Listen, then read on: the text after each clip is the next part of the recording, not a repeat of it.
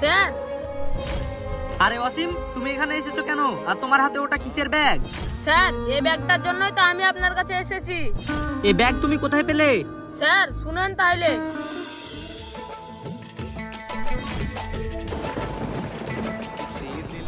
আরে এটা কিসের ব্যাগ? ব্যাগটাকে আমি খুলবো না, থাক, ব্যাগে যদি বম থাকে ব্যাগটাকে আমি খুলে দেখি।